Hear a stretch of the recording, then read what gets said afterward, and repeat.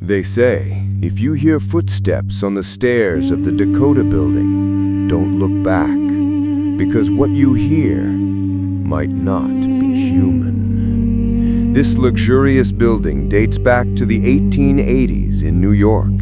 But despite its opulence, many residents claim to hear heavy footsteps at night. In 1980, John Lennon was shot dead right in front of this building. A few months later, Yoko Ono said she saw John's spirit sitting at the piano, smiling and saying, "Don't be afraid, I'm still here." To this day, that voice still rings out every night.